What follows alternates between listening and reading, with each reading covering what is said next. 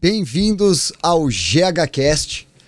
Hoje, com muita felicidade, a gente estreia com o nosso primeiro programa oficial. Então aqui é um programa onde nós vamos trazer grandes nomes da nossa região, pessoas de relevância que têm coisas interessantes para nos dizer. Pauta na mão, aqui comigo Marcos Lima. Boa noite. Henrique Teixeira. Boa noite. E Anderson Sabadim. Olá, galera. Obrigado. Show de bola. O Sabadim é o presidente da Primato, né? Uma pessoa que soma muito aqui para nossa região. E, como ele veio hoje, a gente quer começar com um assunto que vem sendo um tanto quanto polêmico e assusta muita gente na nossa região, né? Que é a questão da perspectiva de investimento que esse novo governo trouxe para o agro, que era aquele número de 1,5 bi contra 13 bi do governo anterior. Então a gente queria, Sabadim, pegar um pouco da sua visão sobre isso e como isso realmente impacta nas pessoas. Como assim? 1,5 bilhão... Como que esse dinheiro chega nas pessoas? Isso vem em crédito? O governo dá para o agricultor esse dinheiro na mão? Qual a sua visão sobre essa situação? Perfeito, então vamos lá. O crédito no Brasil, o dinheiro é muito caro, né? Imagina você produzir alimento com dinheiro caro. Essa é a primeira situação. O clima ajuda, a terra ajuda. Temos regiões que fizemos 2 safras, 3 safras, milho, soja, trigo. Ora entramos com semente de inverno aí no meio, aveia, forrageira, enfim. O Brasil não tem subsídio. Essa é a primeira situação. Quando você vai a qualquer país de primeiro mundo, você chega na Europa, você escuta que o governo subsidia para você só produzir tanto. É um limite. O governo holandês subsidia para você produzir ou ter o limite de X suíno. O governo dos Estados Unidos subsidia para você produzir o soja em tantos reais. O nosso país não tem subsídio. Essa é a primeira situação. A segunda situação do custo do dinheiro. O nosso dinheiro nunca foi barato. Dia desses experimentamos dinheiro barato. 2% ao ano. Era algo... Não dava para imaginar. A gente falava assim, não é real isso para o Brasil. E chegamos lá. Vimos uma discussão sobre inflação. Os preços dispararam, inclusive com vínculo direto com pandemia, né? Mas a gente viu o agro investindo fortemente em silos, armazenagem, estrutura de granja, tanto de aves, suínos, investimentos em estruturas para tilápia, em estruturas para leite, compost, né? Barracões climatizados para vacada de leite, foi tudo excelente. Esse tempo passou. A gente volta a dias normais, vem a inflação, o governo, para segurar a inflação, sobe taxa de juro, né? Infelizmente o spread bancário aumenta, o prêmio aumenta, a TAC, aquela taxinha lá, tarifa do banco aumenta, e daqui a pouco você vê você pagando o prêmio para o banco, inclusive o spread de 2%, 3%, coisa que era o juro lá atrás, né? A gente vê países de primeiro mundo, como foi o Japão, com juro até esses dias negativo, tinha rebate. Para você pegar dinheiro, o governo te dava um rebate, não cobrava nada no ano e ainda te dava um rebate. Porque o perfil do japonês não é de assumir risco. Recentemente, a gente vê os Estados Unidos subindo juro para conter a inflação, né? Tivemos um relatório, saiu ontem, hoje saiu o USDA às 14 horas e o número do emprego dos Estados Unidos continua acelerado. E o governo americano, Fed, inclusive, vem falando que ele deve manter taxas de juro ou ainda incrementar, aumentar. O nosso governo atual, ele vem falando de que a taxa de juro não deveria ser tão cara no país. Lembrando que a taxa de juro nada mais é do que o risco país versus o que você gasta, né? Então, para você diminuir taxa de juro, você deveria gastar menos, diminuir o número de ministério, dar menos benesses, né? Esse seria o contexto que teria a ver com uma fala adequada para diminuir taxa de juro, né? Não é muito bem o que a gente está vendo hoje na prática. Eu, resumindo assim, sobre dinheiro, acho que o custo do país é muito caro. Ninguém aguenta mais pagar, não somente juro, como tributo também. E aí a gente precisa de um ajuste da máquina. Vimos isso acontecer antes, talvez não veremos tão cedo esse ajuste novamente, mas o plano safra, voltando lá no conteúdo que você falou da diminuição do dinheiro para o produtor rural, ele tem que aumentar. Né? A Primato tem uma unidade de grãos, um exemplo, uma delas, para encher essa unidade, 30 milhões. 30 milhões a juro de 1,5, você tem 4,5. 30 milhões, 450 mil. Beleza? Se você pegar hoje aquele milho, aquele soja que custava lá 20 e poucos reais, 50 reais, hoje ele custa 170, soja, e o milho 77, 78, 80.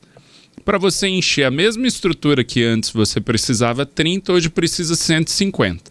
Mas o juro que ontem era 2 ao ano, esses dias, num outro governo, hoje ele está 15, 13, 10,5, 12. Em resumo, quem vai pagar essa conta é o consumidor, infelizmente. Então isso tudo chega na boca. A gente costuma dizer, não adianta produzir alimento se você não tem boca para comer esse alimento. Então esse é o grande desafio do Brasil, né? O Brasil, a gente fala sempre, é para poucos, tem que ser profissional. Tem que ser ninja, né, para conseguir trabalhar no Brasil. Por aí. Voltando agora um pouquinho para a Primato, né? A Primato é uma cooperativa, né? Tem bastante gente da região é bem familiarizado com o conceito. Qual que é bem, basicamente, a diferença de uma cooperativa para uma empresa privada? Algumas vezes as pessoas falam, a cooperativa tem algum benefício, né? E eu comento, cara, é super legal, monta uma. Né? É muito legal. Você imagina que estamos na GH, então nós vamos reunir 20 pessoas que pensam diferentes, têm um objetivo em comum e montam uma cooperativa. E aí, na hora de discutir um planejamento estratégico, você discute com os 20 sócios ou você monta uma equipe e assim vai evoluindo. A cooperativa é um grupo de pessoas com interesse em comum que, quando unidas, se fortalecem e negociam melhor algo. Pode ser o leite, os suínos, o milho, soja. Pode ser, vamos nos reunir para comprar câmeras melhores, vamos nos reunir para comprar materiais, insumos, medicamento, grãos melhor.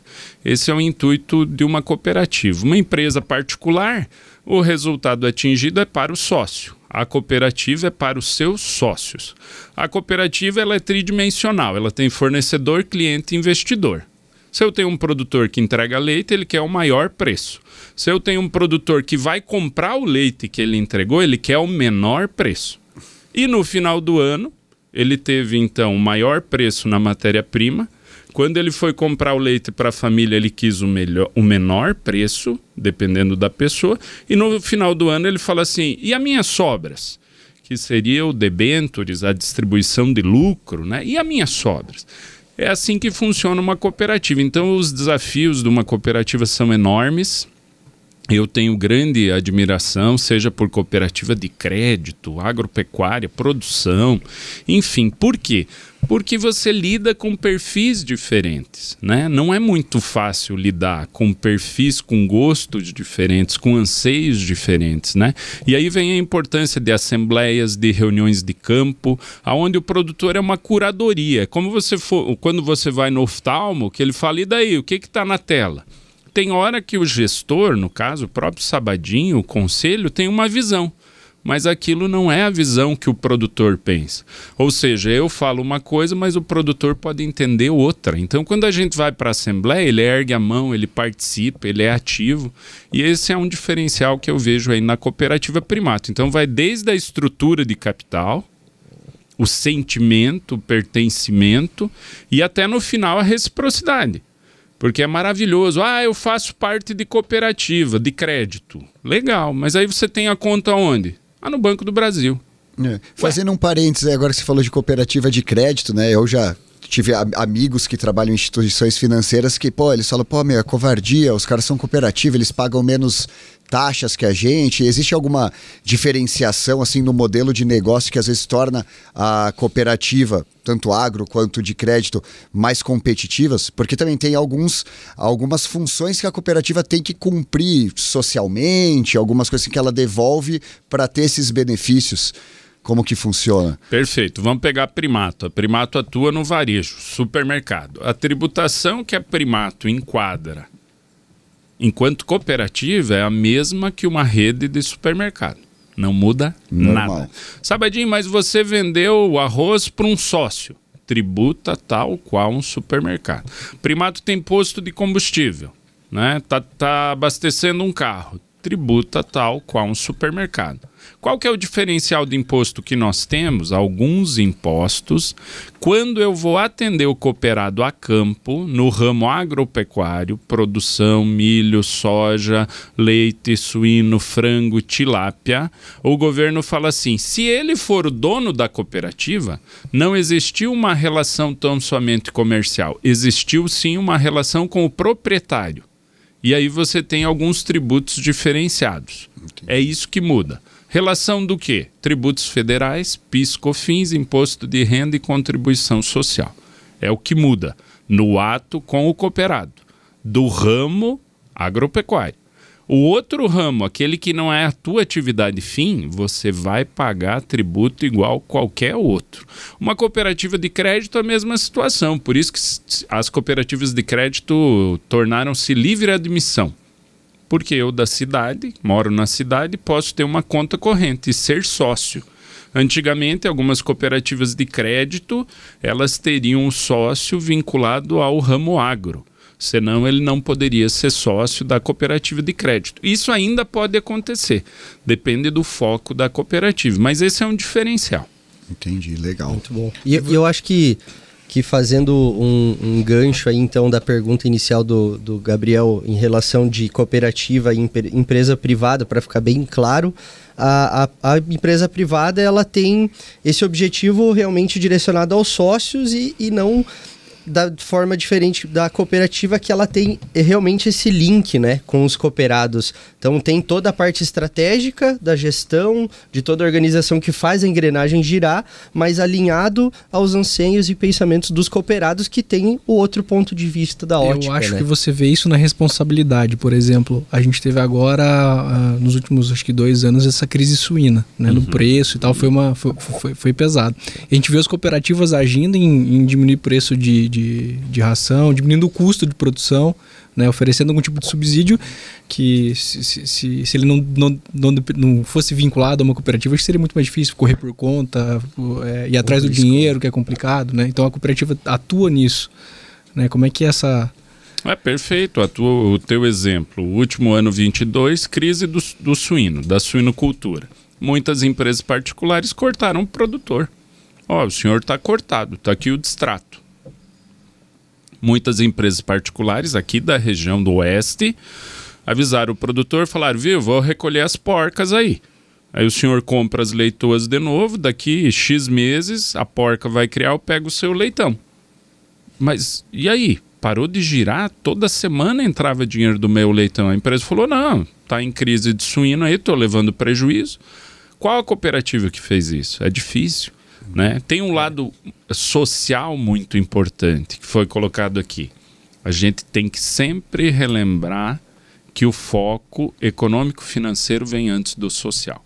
Esse é o grande desafio da cooperativa. A Primato, ano passado, pegou produtores, associou produtores na suinocultura novamente, que inclusive tinham saído da cooperativa, né? E aí até algumas pessoas me falaram no conselho, falaram, ô, Sabadinho, vai pegar de volta? Eu falei, sim, porque não é para casar. Não é para casar. Vocês entendem, né? E a gente tem que aproveitar aqui para falar sobre isso. É uma relação comercial e social, né? Sabadinho, mas o produtor saiu, faz parte. Errado ele que saiu. A cooperativa poderia não ter pego ele de volta, mas pegou, porque quem não erra? Nós entende erramos. o contexto geral da coisa. Nós, em algum momento, podemos faltar. Então, nós fomos lá, conversamos com o produtor, entendemos ele, pegamos de volta. Vários produtores voltaram para Primato num momento que a entrega de leitão dele gerou prejuízo para nós. Mas por que a Primato pegou ele de volta? Porque, no todo, amanhã nós acreditamos que a atividade vai reverter e vai ficar positiva. E se não for para esse fim, qual é a finalidade da cooperativa? Não é para o Sabadin ser presidente. O Sabadin amanhã está fora. Eu, nesse momento, represento um grupo de produtores que me elegeu. Mas amanhã ele vai falar, Sabadin, está tudo bem, está legal, pode ir. Né? E virão pessoas melhores. Esse é o grande legado do cooperativismo, que eu vejo bem lembrado aqui. Mesmo, né? Porque falar bonito, né? Agora, e a essência? O que você deixou? A família que ficou na atividade? O IDH... Se nós pegarmos a região de Toledo, IDH é excelente, a região oeste, excelente. O que seria de municípios como Cafelândia, sem a Copacol, Palotina, sem a Cevale, Medianeira, sem a Lar, a Frimeza, e aí vem todos os municípios vizinhos que têm um valor bruto de produção excelente, porque as cooperativas atuam. A Primato tem 25 anos.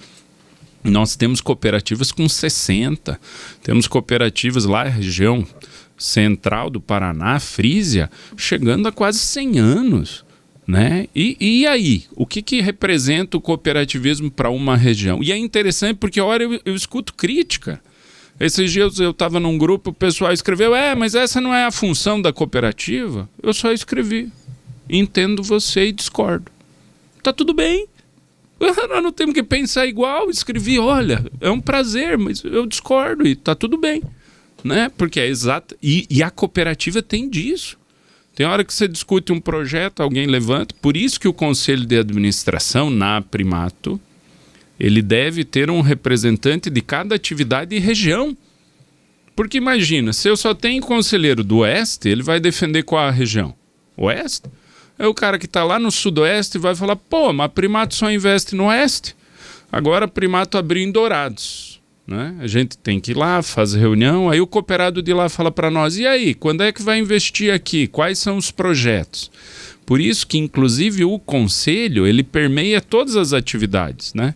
Imagina o produtor de leite na crise dos suínos do último ano, o que ele pensou entregando leite para a Primato? Ele falou, cara, com essa crise enorme, a Frimeza vai inaugurar frigorífico, eu com leite aqui, será que deveria ter feito o frigorífico? Mas o frigorífico começou a ser pensado em 2012. Ele inaugurou agora. E aí pegou momentos muito bons, e pegou 22 péssimo, como já tivemos outros anos. Né? E explica pra gente aí, o que acarretou essa crise? Eu já ouvi umas histórias... Crise do suíno? É. Nós tivemos uma peste suína africana na China, teve que abater animais, cavaram lá buracos, enterraram matrizes. Acabaram com o rebanho.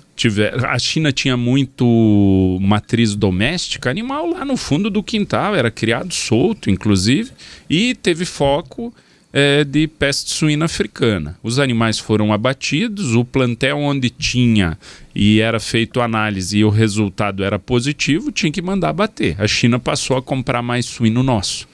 Automaticamente, oferta-procura, preço subiu.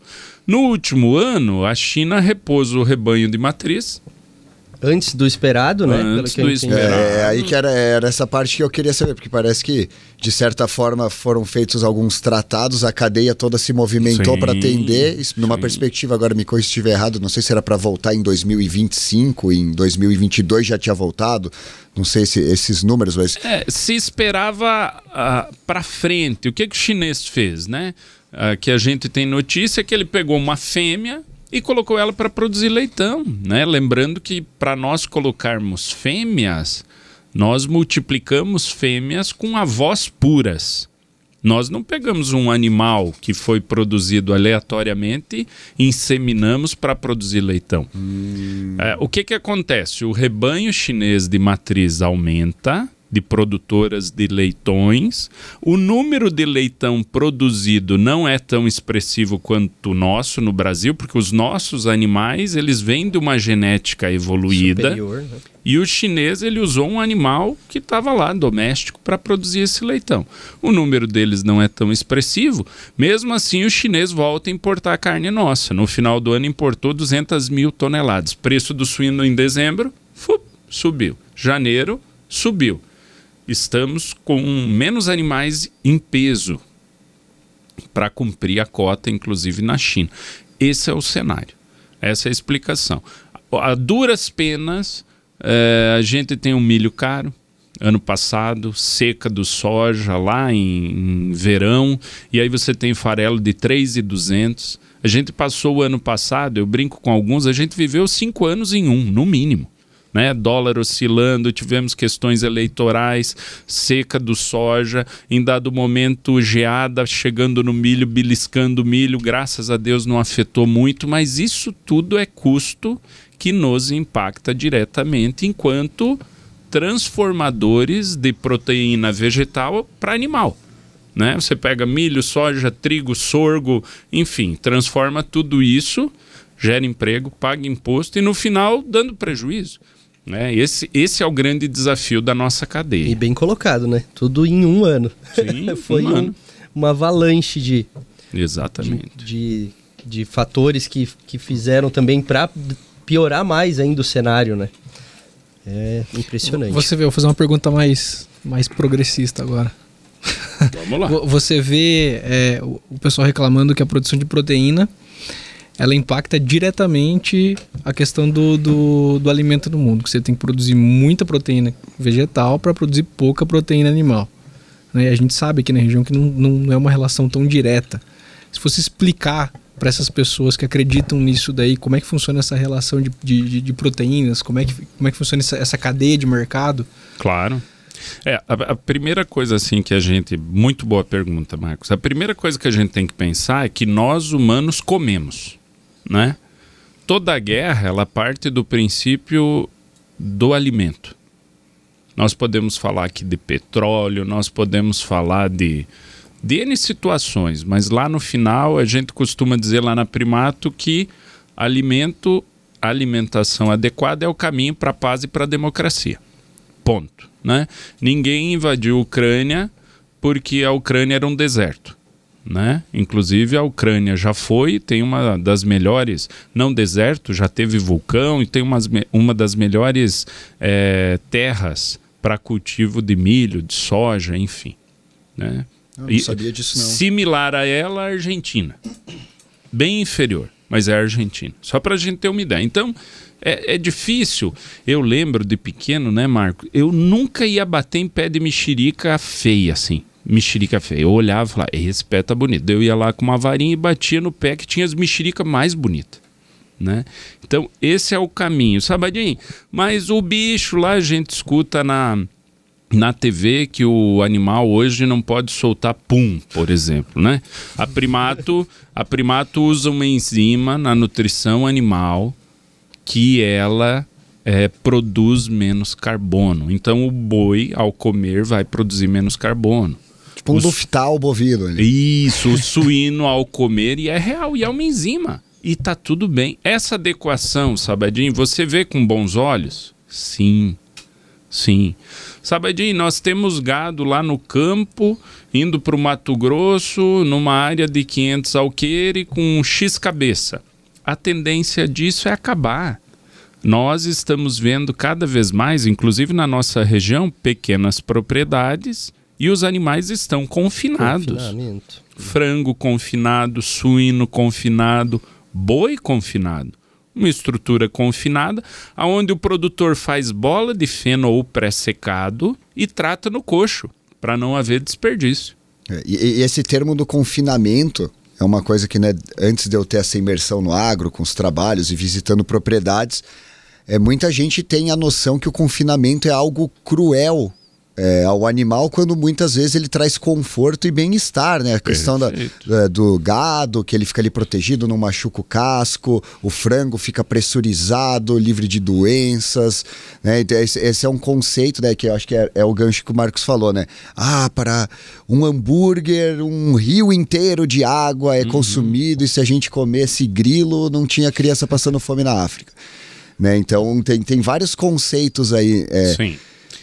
Bem-estar animal é um bom gancho ali pro pessoal que não é do ramo, né? Pegando o que você falou, bem-estar. Eu sou produtor, tenho matriz. Lá na minha granja, esse animal é inseminado e vai para uma baia coletiva, né? Antigamente ele ficava lá numa cela, hoje ele vai para uma baia coletiva, dentro da minha propriedade, e nós temos lá música, né? Que tem a ver com bem-estar animal.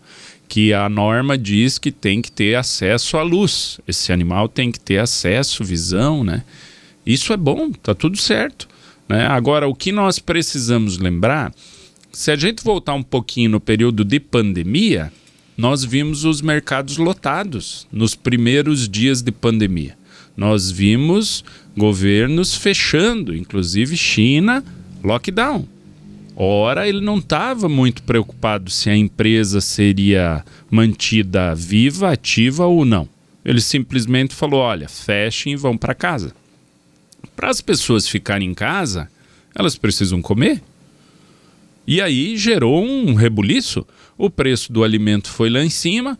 A Primato, inclusive, teve produtor que não queria receber o freteiro. As pessoas trancavam o portão, passavam aquela fita amarela e preta na propriedade, o caminhão podia entrar, o motorista subia no silo, descarregava, mas ele não falava mais. Teve produtor nosso que não queria assinar nota. Eu não assino mais a nota, ele pegou na caneta, eu vou pegar. Entende? Isso é real, aconteceu. Então, é lindo, tudo é maravilhoso, né? Eu falo, tem o ideal e o real. O mundo ideal, não tem doença, tá tudo bem, tá tudo legal, todo mundo produz o seu alimento organicamente no seu terreno. Planta a beterraba, a cenoura, o feijão, o amendoim, tem uma vaca de leite, tá tudo lindo. Mas e quando tem um problema sanitário? Que a minha vaquinha lá do fundo do terreno não foi vacinada e causou uma aftosa, que eu tenho que abater o rebanho todo da região. Como é que fica? Que o mundo fala, não compre mais alimento daquele lugar. Imagine vocês hoje falar assim, não comprem carne do Brasil. A que preço vai a carne no mundo? Vocês imaginam? Tem ideia? 25% do frango do mundo é brasileiro. Não é? Copa do Mundo no Catar. Não é? Imagina, sem o frango do Brasil. Então, é muito contraditório algumas opiniões que a gente escuta, sabe? Eu vejo assim, quanto de fotossíntese faz o milho? Quanto que ele ajuda a trabalhar o carbono? E um pé de soja, né? E a mata ciliar? Eu tenho um rio que passa lá na minha propriedade. A lateral do rio é toda com mata ciliar. Eu não ganho nada por isso. Eu tenho reserva permanente. Eu tenho 14 alqueires lá na minha granja, 8 alqueires são de mato. Tá lá. Ninguém me paga por isso. Eu tenho mina de água protegida, ninguém me paga por isso. Eu produzo água, eu jogo no rio a água da mina. Alguém consome ela, possivelmente alguém da cidade. Então eu costumo dizer, se tem alguém, claro que nós temos as exceções, mas nós, enquanto ser humano, geramos mais poluição do que o animal. Sempre, né? É só olhar. Pega em casa, quando você abre uma pizza, onde é que você joga o plástico e a caixinha? Precisava ter tudo aquilo? Aí você vai tomar um leite, e a caixinha, e a tampinha, o iogurte, e assim vai, né? Assim vai, o doce, assim vai. Então a gente polui muito mais. O que nós precisamos fazer, e a gente tem feito, é diminuir do ciclo. Um bovino a campo, 2, 3 anos para engordar. Hoje, em 18 meses, 16 meses, a gente termina um animal. E essa carne, inclusive precoce, melhor, com marmoreio, vai para nossa casa. O homem melhorou enquanto ser humano, enquanto ser pensante, comendo carne, gordura.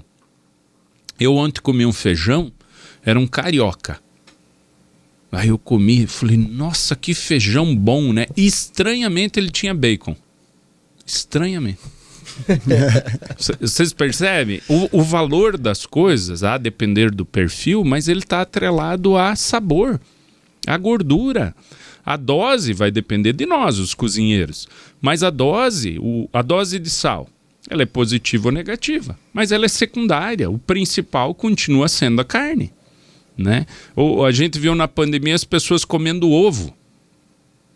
Ovo, agora o ovo virou salutar, é fantástico. O que produz ovo? A galinha. Cara, é a galinha, como é que vamos fazer? Eu não gosto de carne, não gosto da galinha. A gente vê algumas pessoas e respeitamos. Mas nós temos que cuidar. A gente usa sapato, cinto de couro, né? Tem várias coisas, né? A válvula do coração do suíno é utilizada no humano. Nós vendemos, né? Então tem muita coisa hoje que vem do animal, lá o shampoo, o sabonete, e que hora as pessoas não têm nem noção disso. Falta esse conhecimento amplo mesmo, né? Para respeitar mais a cadeia toda. Perfeito, você falou algo que nos serve. E aqui não estou querendo ser o perfeito, mas serve. Sabadinho, você gostaria de falar sobre a câmera que está te filmando? Não, eu não tenho qualificação para isso. Eu não estou qualificado. Geralmente quem fala não tem a mínima... Mas, Sabadinho, você não gostaria de dar uma opinião? Não, eu desconheço do assunto. Eu me privo, então, de falar. Né? Eu não tenho esse direito, eu não conheço. O vegano de bota e bolsa de couro. É o próprio. Agora tu comentou em culinária, eu lembrei de um fato aí da semana passada. Tava lá nos vídeos do YouTube procurando o que fazer no churrasquinho, né? Encontrei lá, carne suína ao ponto. Como assim? Eu sempre aprendi que a carne suína tem que ser bem passada. Como é que você vai fazer uma carne ao ponto, né? Aí fui lá e tal, olhei, vi o corte... mal passadinho dentro, rosado, 73 graus no termômetro para quem é mais gourmetzinho lá, colocar o termômetro dentro lá. Falei, não, mas não pode ser. E a questão de saúde, né, que o pessoal comentava atrás. Aí eu peguei, fui pesquisar, já tem tempo, né, disso. A carne hoje ela é tão segura, a carne suína, que você pode comer ela num ponto mais para mal passado, até mal passada. É uma coisa que... tomar banho antes de entrar no chiqueiro, às vezes, né? E o sabor é diferente demais, espetacular. É um negócio que tem que provar assim. Então eu queria entender o que foi feito, né, para ter todo esse trabalho em cima de segurança suína hoje, porque a carne ainda tem um preconceito em cima da carne suína, principalmente do pessoal da região que conhece, Sim. né? Quando que o porco virou suíno, né? A gente passa por fatores assim, né? A suinocultura ela passa por saber fazer, né? Se nós formos em alguns restaurantes, vem um pedaço de carne suína, é um chinelo, né? Aquilo é duro, a própria faca não corta direito, você vai comer, não tem líquido. A carne tem água, ela tem líquido, né? Se você fizer ela de maneira inadequada, Sabadinho, eu coloquei ela e vou cozinhar, não fica legal, né? O tempero da carne suína ele se sobrepõe, né? Se você pegar, diferente do gado, o gado ele traz um tempero na própria carne. O suíno muitas vezes você complementa um tempero com alecrim, enfim, com outras coisas. Eu quero crer que nós não fomos acostumados a cozinhar carne suína nos nossos fogões elétricos. Ou também nos nossos fogões aqui, assim, eu acho que é cooktop, né? O nome agora mais chique. A nossa mãe, ela fazia carne num fogareiro, né? Num fogão a lenha. Ela tinha o dia para lavar e esfregar o fogão com bombril, né? Eu sou dessa época. A mãe falava, acabou, vem esfregar o fogão. Pegava um bombril, esfregava o fogão. A chapa ficava um brilho. Se nós pegarmos hoje, por exemplo, vamos pegar hoje a dona de casa, ela quer lavar o fogão? Não quer lavar o fogão, né? Por isso que surgiu o air fry. Então você coloca lá uma costelinha da firmeza temperada na air fry, congelada. Em meia hora está pronta. Fica uma delícia. Porque não sujou o fogão. Então ela fica uma delícia, ela tem sabor, e não sujou o fogão. Ela não deixa rastro. né? Então isso é legal. O suíno, ele em algum momento não tinha cortes. Hoje tem alcatra, hoje tem picanha, hoje tem panceta, hoje tem a pancetinha, você coloca na airfryer, ela vira um torresminho, uma delícia, né? Para você, final de tarde, enfim. São coisas que agregam valor, que tem a ver com o nosso modus operandi. Sabe, Adinho, mas imagina um tempo atrás falar para o meu pai para comer Angus. Vai falar, você tá louco, vamos matar o bezerro ali, ó. Era isso que ele ia falar. Ele não ia falar do Angus. Eu fui para Paranavaí ontem, estava voltando, final de tarde, e a gente vê as propriedades, o Nelore, que sempre foi Nelore, o brancão lá, agora o pretinho está avançando, que é o Angus ou o Red Angus, está lá. Então a gente vem acostumando com menos volume e mais qualidade. Mais cuidado técnico. Isso, né? Olha o nosso perfil, né? Você quer menos volume, mas você quer uma carne melhor feita. Você quer um assador com uma luva preta. Né? Se possível, com os dedos entrelaçados, né? Vai falar isso pro meu pai, ele vai dar risada, vai falar, você tá louco? Onde é que você vem?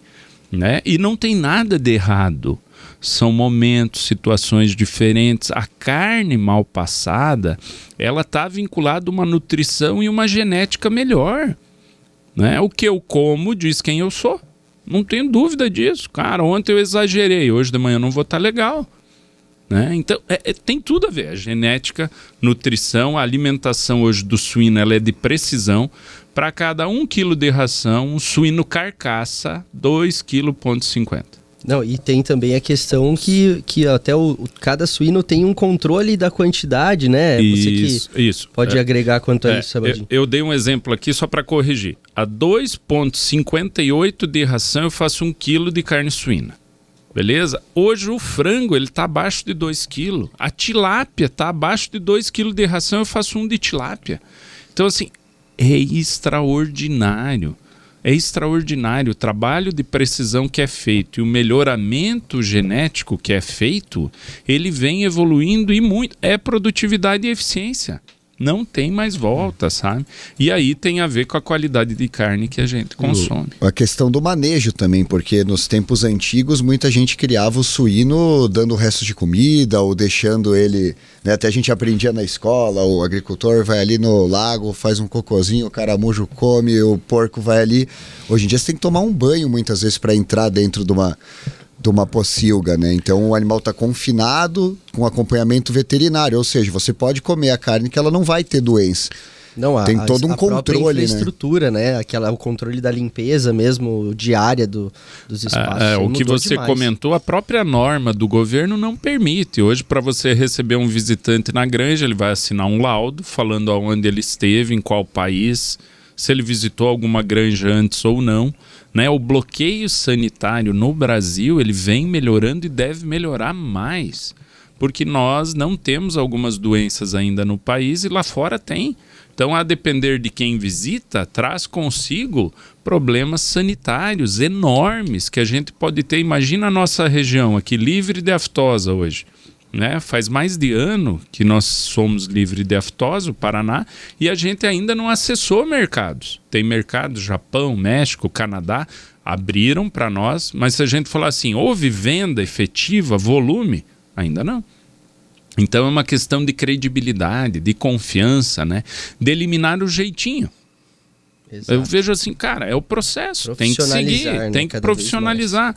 Hoje você vai fazer uma visita à granja, você bem falou, a maioria delas, olhando suinocultura, todas você tem que tomar banho, todas você tem que trocar de roupa, né? Todas ao sair tem que trocar de roupa de novo. O produto ao entrar tem que passar por uma barreira. E a gente é cultural, não vai mudar de uma hora para outra. A gente vem trabalhando no leite a questão de qualidade, faz anos. O governo ora prorroga para nós conseguirmos melhorar o leite. Mas o leite é aquilo que nós damos para os nossos filhos. Então a gente sempre brinca. O leite que o produtor tirou da vaca, ele tomaria? Essa é a regra. Ele daria para o seu neto, para o seu filho? Essa é a regra. E aí a gente vê uma evolução, na qualidade de leite brasileiro, a ponto de muitos produtores saírem da atividade. E quem ficou melhorou o processo.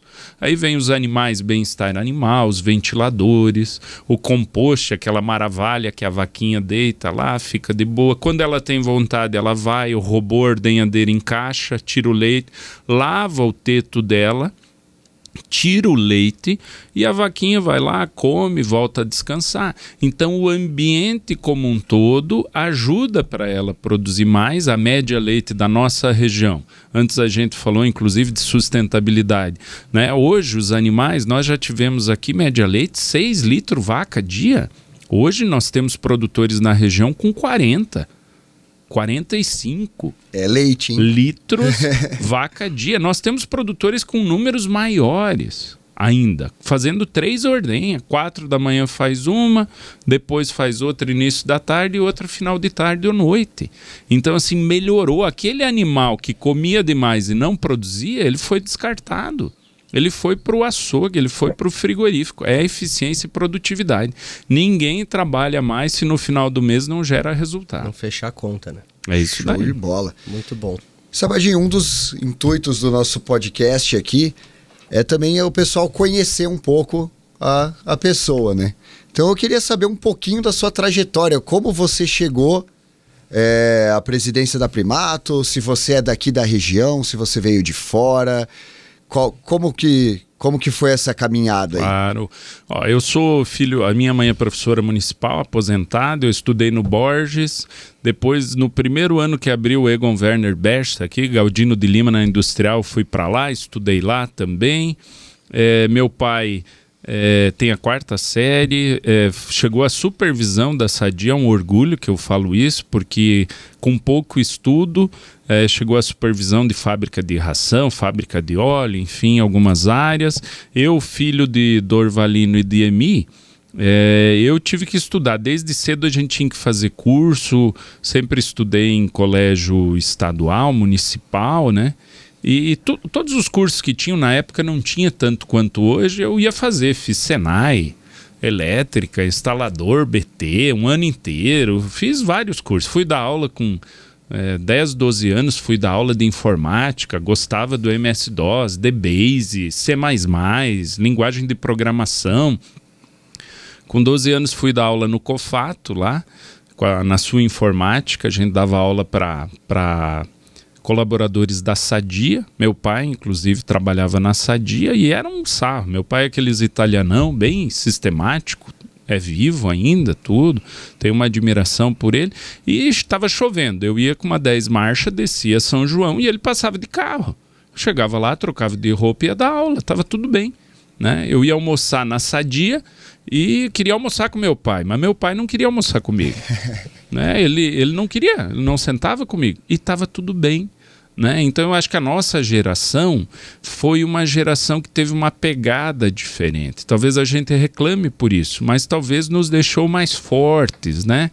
Eu comecei na Primato, nós éramos em 3. Descarregava caminhão, vendia, atendia no balcão, faturava leite, suíno, fazia o que tinha que fazer na Primato. Passava pano. Quando nós abrimos o primeiro mercado, eu atendi no açougue, isso foi em 2010, fazem 12 anos. Atendi no açougue, o administrativo era em cima, numa área lá que era de madeira, panificador embaixo, né? O cheiro de fritura subia, né? Passava no meio das mata-junta e estava tudo bem. Então é assim que a gente foi criado. Trabalhei no Banco do Estado do Paraná, fui contínuo lá. Minha mãe falava, nossa, como você é bonitinho, porque eu usava social, tinha que ir de social, e não era aquilo que eu queria. Depois de um tempo, entrei na Cooperlac, fui convidado a entrar na Cooperlac ainda.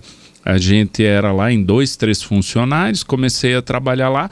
Hoje sou presidente, não estou falando aqui que é fácil, em momento algum. Vejo que tudo tem a ver com escolhas, né? Você vai traçando, vai trabalhando e oportunidades vão surgindo. O Wilmo, no último mandato, falou, Sabadinho, você vai ser o nosso presidente. Eu falei, olha... Minha nossa, e agora, né? Eu nem granja tinha, não tinha propriedade. Aí a gente preparou uma granja, a cooperativa inclusive me ajudou nisso, né? Eu sou muito grato. E a gente começou com a atividade. Mas, assim, sou muito grato pela Primato, pelo produtor, aprendo com os produtores, né? Amo fazer a reunião de campo, hora a gente discute. Realmente, assim, eu vejo a Primato, ela é muito transparente e ela aceita isso com o produtor também. É isso que nos torna melhor. Claro que hora também gera esse tipo de discussão, dá um norte diferente para a cooperativa, mas a Primato, até pela idade que tem, ela é uma cooperativa jovem, então a gente tem que se adaptar. Ora a atividade não está muito bem, você tem que se adaptar. Mas é um orgulho, assim, fazer parte da Primato. Primato, com crise, com dificuldades aí que já passou, a gente vem crescendo. O último ano crescemos 18%, esse ano é para crescer 38%, entregando rentabilidade para o produtor, né? No momento atual, a gente capitaliza as sobras, porque a demanda por capital para fazer negócios no agro é maior. Então, uma cooperativa tem que ser forte, é isso que a gente zela, é para isso que a gente vem trabalhando. E eu defendo isso abertamente. Tem produtor, mas eu não vejo, deveria receber o dinheiro, porque a gente manda para o capital dele. A rentabilidade da Primato fechou em 22,8, em 22. É um baita rendimento. Legal, pô. Mas mesmo assim, algumas pessoas gostariam de pegar esse dinheiro de imediato. E a gente sempre fala, viu, considera uma poupança. Se você fechar 65 anos, a gente vai devolver 70%, você não precisa nem sair da cooperativa. Então, considera uma poupança. É assim que eu vejo, sabe? A cooperativa me propiciou muita coisa. Eu estou no último estágio, eu brinco, né? Porque eu fui CLT. Então, quando eu fui assumir presidente, em dezembro, baixou minha carteira. Hoje eu sou eleito, tenho mais 2 anos... E aí vou para a eleição de novo. E a Primato sempre teve, no decorrer do tempo, eu sou o 4º presidente. A gente não tem no DNA da Primato um presidente vitalício, né? A gente sempre teve na mudança de presidente uma melhoria, com um planejamento estratégico traçado. O Sabadinho assumiu, agora vai mudar tudo. Não, tem um planejamento, tem um norte, né? E é assim que a gente trabalha. Agora na visão de produtor, né? Eu queria que você comentasse um pouquinho das limitações que vocês têm, porque comentou antes que é difícil conseguir os insumos e tal, e como que a cooperativa trabalha na viabilização do negócio para vocês, principalmente se tratando das pequenas propriedades, né? A gente viu muito isso daí com problemas de sucessão familiar e tal, e as cooperativas trabalharam para viabilizar, para diversificar a cultura, a própria tilápia. Eu acho que o Brasil já é um dos maiores produtores do mundo. O Toledo acho que está em segundo, né, do Paraná, já de tilápia. Isso foi um processo de 5 anos? Sim, super rápido. Como que a cooperativa acaba agregando e ajudando o produtor a viabilizar propriedades menores? A cooperativa tem um trabalho que ele parte da pré-operação. Antes da operação, o papel, o estudo, tudo isso custa. E você vai diluir isso quando você está operando, quando você está girando, né? A Primato alojou suíno em agosto, setembro. Suíno esse envolvendo matriz, leitão. E se a gente olhar a leitoa, foi feito antes ainda. Então a gente começou um trabalho quase 1 ano antes, olhando os avós, fazer as leitoas, o leitão, para entregar suíno agora em março para a Frimeza. Então tem hora que o produtor ele fala, nossa, não tinha essa noção, não sabia, né? Então, a depender da atividade, o gado é ainda mais tempo, né? A Primato entrou na integração de gado aí no último ano, foi feito um trabalho incipiente, pequenininho, mas a gente pretende avançar. Então, os desafios são enormes, né? Desafios que fazem parte do DNA das cooperativas. Tem funcionário nosso, ele chega lá pro Sabadinho e fala, e aí, Sabadinho, minha nossa, fui demandado. Eu falo, olha, é a tua função defender a cooperativa, porque a depender do momento, o cooperado vai defender o dele. Nós temos perfis hoje que o cara foi criado de maneira individual, ele defende o dele. E aí a gente tem que mostrar que é o todo. A Primato, no momento que subiu o preço de milho e farelo, ela tinha travado ração para o produtor, travou 1 ano. Nós geramos 50 milhões de economia para o produtor. E teve produtor que a gente ia visitar, ele, eu cotei agora, vou comprar com outro. Aí a gente abriu, mas o senhor ganhou 500 mil esse ano conosco. Eu não sabia. Então nós, fizemos e não comunicamos. Nós estamos ouvindo hoje o ESG. O ESG faz parte do DNA das cooperativas. Talvez o nome agora é mais bonito, né? O social, meio ambiente, governança, né? Trazendo a sigla vindo do inglês. Mas a gente vê que isso está no cooperativismo há muito tempo, né? O cooperativismo trabalha isso. Imagina, eu sou da época que a gente ia na beira do rio, não tinha árvore. A gente tomava banho no rio. Hoje você passa no rio, até a ponte que você passa com o carro é pura árvore, virou mata ciliar. É um trabalho feito, sim, por IAP, IAT, Emater. Mas a gente sabe que o produtor assumiu o compromisso. Ele sabe que se ele tiver uma mata ciliar, uma mina lá, uma fonte de água preservada, sua propriedade vale mais. Ele precisa de água. No momento de escassez de chuva, por exemplo, nós vivenciamos aqui, a propriedade que tinha água não parou de produzir suíno, frango. Algumas propriedades tiveram que receber água de caminhão-pipa, né? Então o produtor entender, sem ser utópico, que ele faz parte de um meio ambiente, é um meio ambiente. Ele e a sua família fazem parte de um meio ambiente. Hoje a Primato, ela recolhe, ela demanda do seu produtor todas as agulhas, todo o vasilhame de medicamento.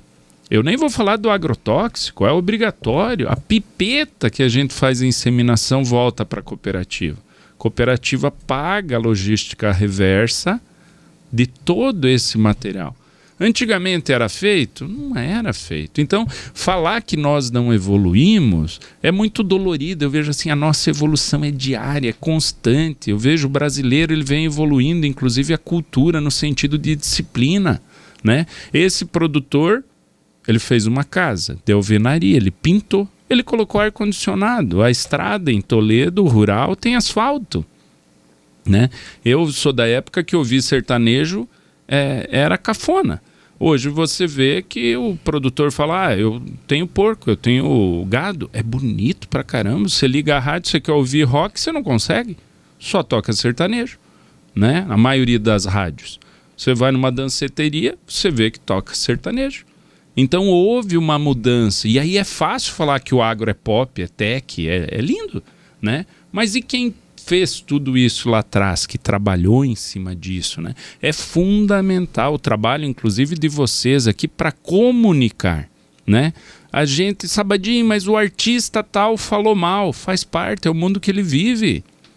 É ponto de vista dele, né? Nós temos que trazer ele para a realidade, abrir os hotéis, fazendas, levar as pessoas até lá, né, mostrar o zelo com os animais, o cuidado com o campo, a tecnologia aplicada, o número de emprego gerado.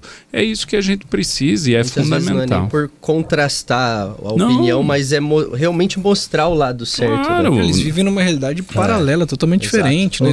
Tem amigos meus de São Paulo que o filho vai em excursão na escola com 13, 14 anos conhecer uma vaca. Exato. O Gabriel sempre colocou, né? O Gabriel morou em São Paulo. Lá eles não têm a noção passeio de do onde colégio vem o presunto, ir né? lá ver. Né? O pessoal, muita gente até que existe uma certa guerra contra a indústria da proteína muitas vezes, né? Mas é que o pessoal não conhece a realidade. Ou também quando se fala do agro, né? É uma discussão que está em alta agora, porque se fala sobre preservação. Mas o pessoal tem a ideia que o agricultor é aquele texano que desce numa limusine com seu terno branco e com os dentes de ouro. E não é assim. São famílias que acordam cedo pro cara chegar na padaria lá no Rio de Janeiro, né? E comer o pãozinho com presunto dele. Aquilo lá não vem da gôndola do mercado, né? E eu sinto muita falta disso. Até que a gente já chegou a ter alguns planos para clientes assim de realmente tentar rebater isso, não para entrar num embate, mas para as pessoas verem, vista, né? Não é o grande latifundiário que todo mundo prega. Existem, né? São famílias, existem, mas são famílias em grande parte, né? Um senhor de idade que está ali acordando todo dia, que, por exemplo, o cara que tira leite não tem férias, né? Ele tem que estar lá. Que ele tem a produção animal, mas ele tem a produção vegetal também, né? Ele planta também, então não é algo único, né? Tem todo o contexto. Eu pegando o gancho do que vocês falaram, assim, não dá para se isentar. Eu não fui produtor, me tornei produtor, tenho maior respeito pro produtor. Eu olho pro produtor, eu Eu, assim, respeito absurdamente o meio urbano também, mas eu vejo que o meio rural, né? Imagina você vai dormir hoje à noite, tem a previsão de vir um vendaval, granizo, e você plantou milho, soja, tá brotando. Como é que você dorme? Né? Aí você tem uma granja de suíno, nasceu leitão, morreu animais. Aí você tem vaca, deu amarelão, você perdeu 10 vacas. Cada vaca vale 15 mil. E um dia acontece. Você mexe com biologia, acontece. Né? Não menosprezando nenhuma outra atividade. Eu só acredito que o julgamento não cabe. Como não cabe eu julgar o urbano. Eu quero crer que eu comuniquei errado. Eu, agro, preciso usar mecanismos e pessoas confiáveis, com credibilidade, para atingir esse público, né? Sabemos que o meio urbano é dominante, né? É muito legal puxar a descarga do vaso, né, que você usou, né? Mas aquilo ali está poluindo.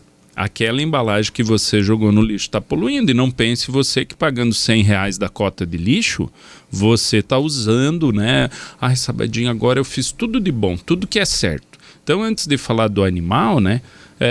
Pense melhor, né? Pense melhor, avalia melhor, conheça mais. Eu não vou falar daquilo que a gente não conhece.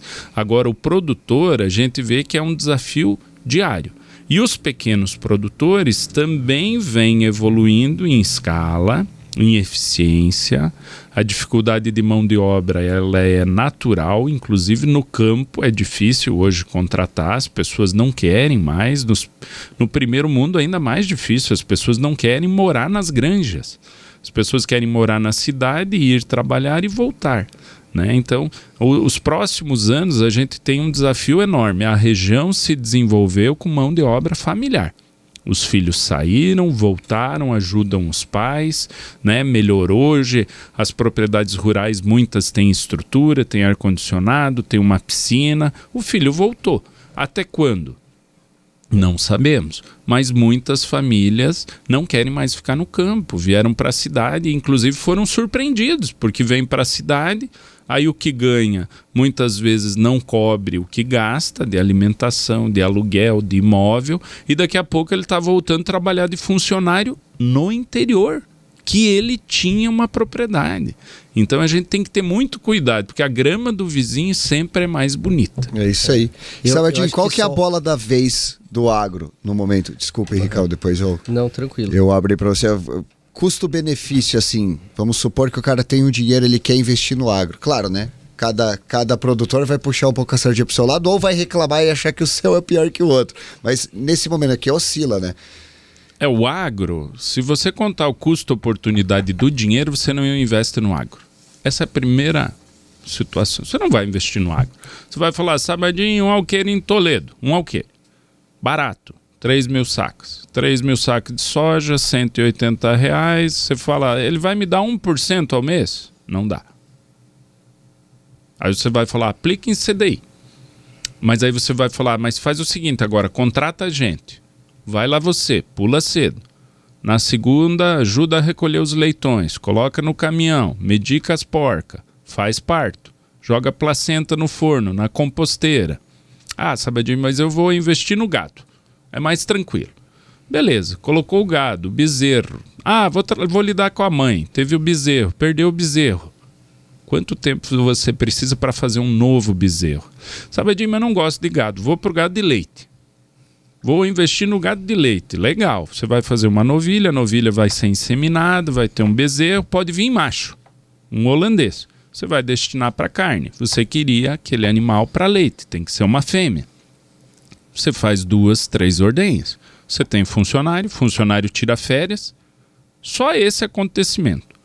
Uma vez no ano, você, dono, vai tirar leite da vaca por um mês. Aí você pula 5 da manhã, estou querendo crer que o dono nunca tirou leite lá, ele vai só no período de férias. Um mês você tira leite da vaca, pula 5 da manhã, faz a ordenha da tarde, ou 2, né, ou 3. Essa é a rotina do agro, né? Você tem que estar disposto a viver 24 horas o teu trabalho. Outros trabalhos também exigem isso. Um médico, outras profissões. Mas aqui a gente vem falar do agro, né? Sabadinho, as atividades do agro são rentáveis? Sim. como qualquer investimento a longo prazo, né? Se você falar, eu vou entrar para sair, não é o agro.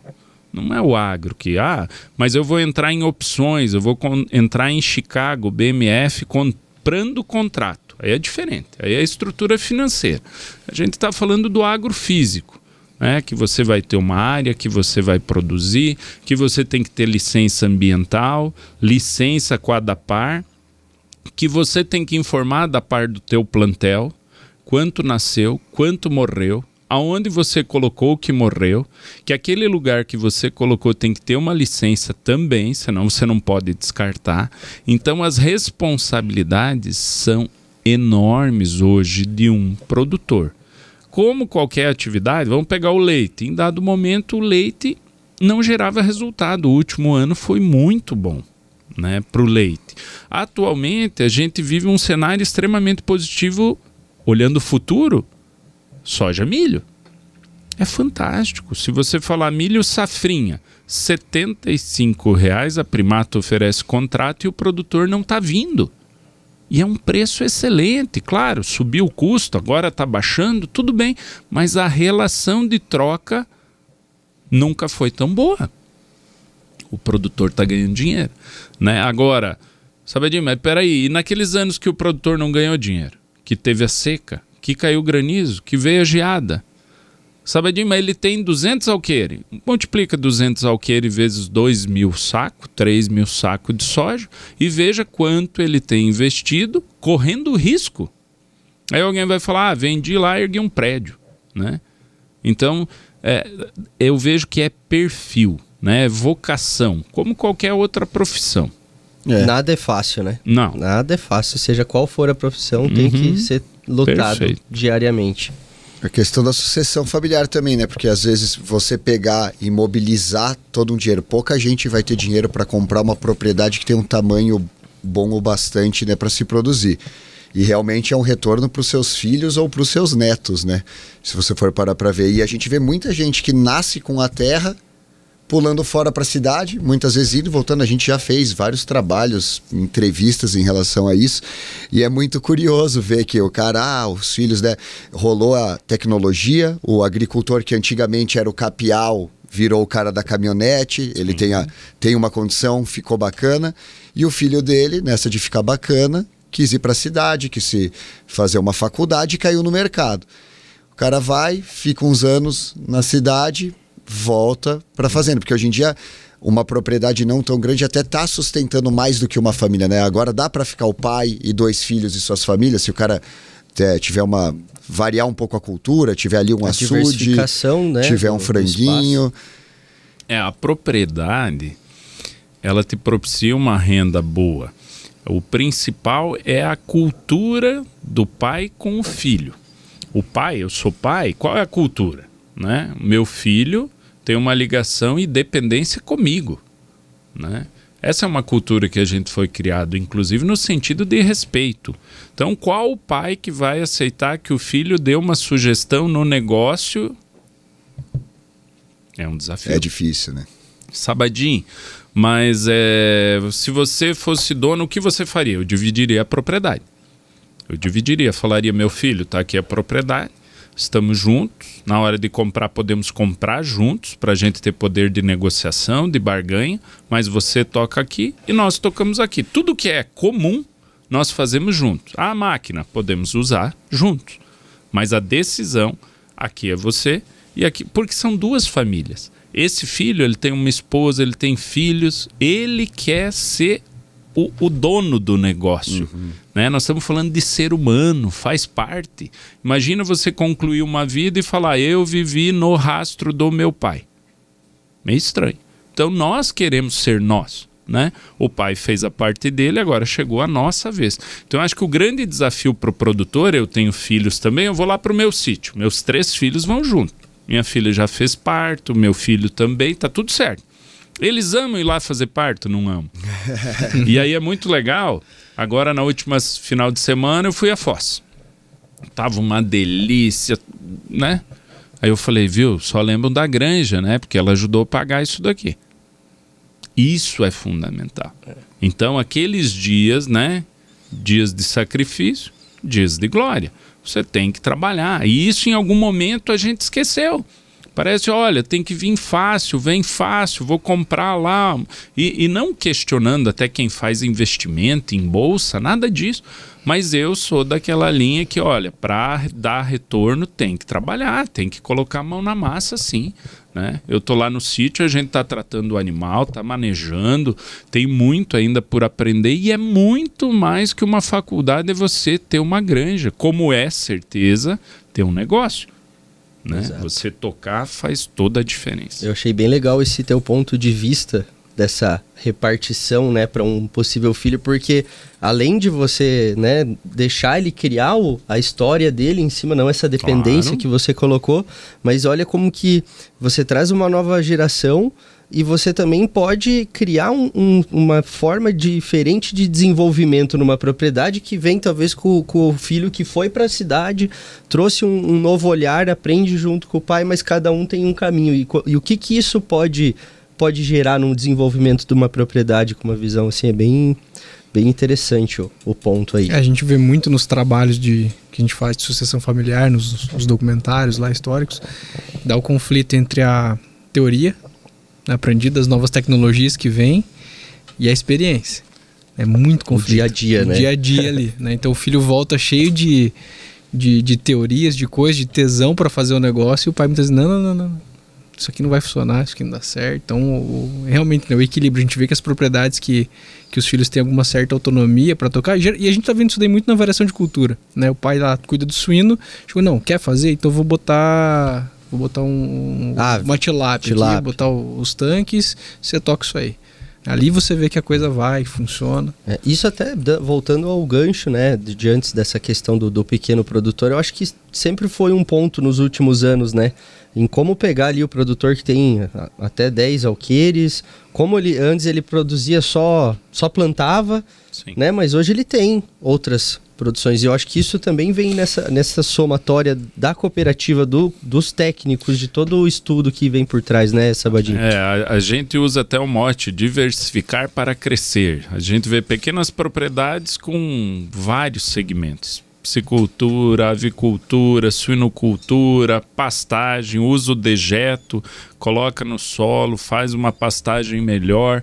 Então, não teria outra forma de fazer renda em pequenas propriedades da forma que nós fazemos aqui, né? Não há outra forma. Então eu vejo assim, isso fez com que a região atingisse patamares de valor bruto de produção nunca antes vistos, né? A gente ano a ano vem crescendo e vem evoluindo. Isso é mérito do produtor, é mérito do consumidor, né? Repetindo, a gente faz parte de um ambiente que sem a produção o consumidor não teria alimento, mas aí nós vamos lá, discutimos com o consumidor, mas ele não vai comprar o nosso alimento. A gente faz parte de uma cadeia que gera mão de obra, que industrializa, que agrega valor, que tem a necessidade do comércio, né? A gente faz parte de um todo. Então eu vejo isso tem que ficar claro, né? As relações entre nós, né? Vocês fizeram um trabalho muito legal, o Sicredi está trabalhando nisso, de pessoas para pessoas. A gente trabalha para pessoas, né? É para isso que a gente trabalha aqui, e aí está o grande valor, né? Sabadinho, voltando um pouquinho no papo da sucessão familiar. Primeiro eu queria saber se realmente está acontecendo esse problema, ou se agora com o pessoal tendo internet, ar-condicionado, tarará, né, o mercado um pouco complicado está melhorando, o pessoal está querendo ficar. E num segundo momento eu queria saber o que acontece se o filho não quiser a propriedade, né, e essa geração mais nova não entrar. As propriedades vão cair na mão das cooperativas ou de grandes conglomerados? Ou o que será do agro se o filho não quiser mais trabalhar nas propriedades? O agro ele vai se adequando, né? As famílias, por exemplo, eu não tenho um sucessor. A tendência é ela arrendar. Mas o pai, a mãe não querem vender. Esse pai e a mãe amanhã vão embora. E os filhos muitas vezes não têm essa paixão tão grande pela atividade, alguns. E aí a propriedade vai ser vendida, né? Então a gente vê os produtores, muitos, aumentando de tamanho, aumentando, gerando mais escala na hora de produzir, e a gente vê outros produtores que os filhos voltaram para casa e está tudo bem. Tá tudo certo, o pai respeita a relação do filho, o filho está com outra atividade ou está tocando até aquela que o pai tocava, o pai respeita a opinião, dá esse direito para o filho e a sucessão acontece naturalmente. A FAEP, as cooperativas, têm feito um trabalho muito forte no tema sucessão. A relação de sucessão, ela tem que ser construída, né? Imagina, o pai nunca levou o filho para a propriedade, né? Não existe o respeito. Ah, mas o meu filho fez agronomia. Tá tudo bem, mas ele nunca foi comigo a campo. Se essa relação é construída desde cedo, o filho ajudou a plantar, ajudou a colher, tá tudo bem, né? Eu tenho familiares, inclusive, que fizeram a sucessão, né? Havia um grupo de produtores, irmãos, eles fizeram a sucessão, dividiram as propriedades e os filhos tocam. E está tudo bem. Mas cada um já separou a sua receita, a sua despesa, inclusive separaram maquinários, inclusive separaram áreas. E não foi fácil. Mas é fundamental, pegando o gancho do que você falou da sucessão, essa função é do pai. Nós, às vezes, trocamos as funções. O filho quer fazer a função do pai. Nós temos que lembrar quem é o pai. Quem é a mãe da casa? Nós temos que lembrar. Né? As nossas relações em algum momento se perdem, porque parece que, viu, é normal. Não é normal. Algumas coisas nós temos que manter, faz parte da estrutura da empresa, da família, do negócio, né? Então eu vejo que a sucessão é fundamental. E comunicar que aquela atividade é boa é fundamental para o filho querer participar. Se eu vou para a granja e falo toda vez coisas negativas, meus filhos não querem ir para a granja. Então, quando eu vou para a granja, para minha granja, eu faço um tererê, eu levo as crianças junto, eu levo uma pipoca, já levo junto, eles vão junto no carro. A gente chega lá, se troca, coloca o uniforme e tal, entra na granja, toma o banho, entra na granja e tá tudo bem, aí é legal. Então, transformar esse momento, lembrando que é trabalho. Aí tem hora que a minha filha fala, ô pai, tá brabo? Eu falo, não, tô trabalhando, tô focado em trabalhar, porque senão não vai render. Então, eles também passam a viver isso. Ah, então é assim que funciona. Qual a história que você vai... Exatamente. Ah, eles vão querer ficar ali ou não? Não sei. Mas a gente está dando aquela pitadinha. O papel paterno ali de deixar a melhor experiência, né? Isso mesmo. Faz todo sentido. É muito legal. Bom ponto de vista. Ainda nesse gancho, né, dessa nova geração que está entrando no agro, muito do relacionamento, eu né, vejo que a cooperativa, ela muitas vezes ela trazia um lado técnico que o produtor não teve acesso. Então ele tem todo esse suporte técnico.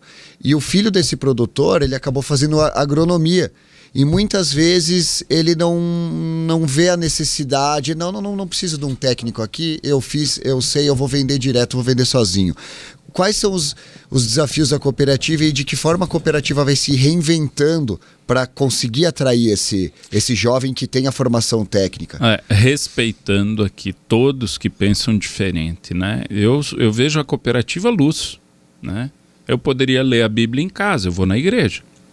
Mas eu não substituir na igreja, não ler a Bíblia. Então depende de cada um. Sabadinho, a família tem agrônomos, formaram, fizeram mestrado, doutorado. Talvez você não use a cooperativa para determinado tema, mas para outro você vai usar. Você quer a cooperativa para negociar bem o insumo. Você quer da cooperativa uma informação de dólar. Você quer da cooperativa fazer uma opção. Você quer da cooperativa um manejo da cigarrinha, né? Você quer da cooperativa uma mudança na tua estrutura de governança na propriedade. Como é que a cooperativa fez a dela? Eu vou adequar a minha também, mas Sabadinho, minha ideia é grande propriedade. Não, é pequena. Tem hora que um pai tem 4, 5 filhos, como é que ele vai fazer a governança? A sucessão. Como é que ele pode trabalhar isso? Então a cooperativa, ela ensina muitas coisas que a gente nem pensou aprender. Né? A Primato me ensinou tanta coisa, inclusive ouvindo produtores, conselheiros, que eu nunca imaginei. Então fazer parte de um grupo que me evolui enquanto ser humano, enquanto ser humano, não somente profissional, é muito legal, né? Eu vejo que a cooperativa, por tendência, ela sempre vai ensinar. Isso não significa que nós não aprendemos com o produtor. A Primato tem produtores tão bons tecnicamente e melhores, inclusive, que alguns técnicos da Primato. Eu falo para eles, e tá tudo certo. Tá tudo certo. Aí quando eu vejo um produtor muito bom, eu falo, ajuda a formar as pessoas.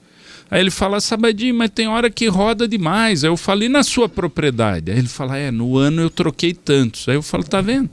Então, não é só da Primato, as pessoas vão mudando, a região tem muita oportunidade, né? Mas eu vejo que isso é fundamental. É um trabalho a várias mãos. Isso que é legal. Aí tem conflito, tem solução, tem negociação entre as pessoas. Olha, aqui dá para fazer diferente, melhor, pior. Tem pessoas que não gostam da forma, da maneira, e eu falo, vem fazer parte, ajuda nós, vem para o conselho. A cooperativa está organizando o quadro social. Eu falo, esses dias o pessoal falou, o Primato está com um programa Pri Mais Leite, para melhorar a qualidade do leite. Alguns conselheiros falam, mas tem que melhorar isso. Daí eu falei, vocês fariam parte, então, de um comitê para a gente gerenciar e melhorar essas práticas? Sim, montamos um comitê. O legal disso, marcou a data, as pessoas vão, né? Porque falar até para pagar. Então, marcou data, as pessoas participaram, fizeram a diferença, colocaram na ata, realizaram. É disso. Né? Eu falo em casa lá, viu? Quer fazer a diferença? Sim, pai. Então arruma a cama. Arrumar a cama, isso é importante? Sim. Né? Começa no básico, mas tem que fazer. Porque pertencer, né? Engenheiro de obra pronta tem um monte. Então, vem participar, vem construir, vem dar ideia antes. É isso que a gente precisa.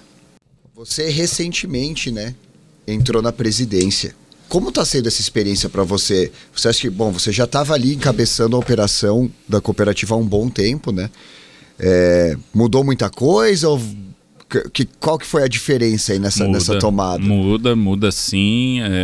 Eu entro num contexto mais político, representando a cooperativa, inclusive em outras entidades, junto à Frimeza, no Conselho de Administração, estou no Conselho Fiscal da UniTI, em demais instituições, Condet, em Toledo, enfim.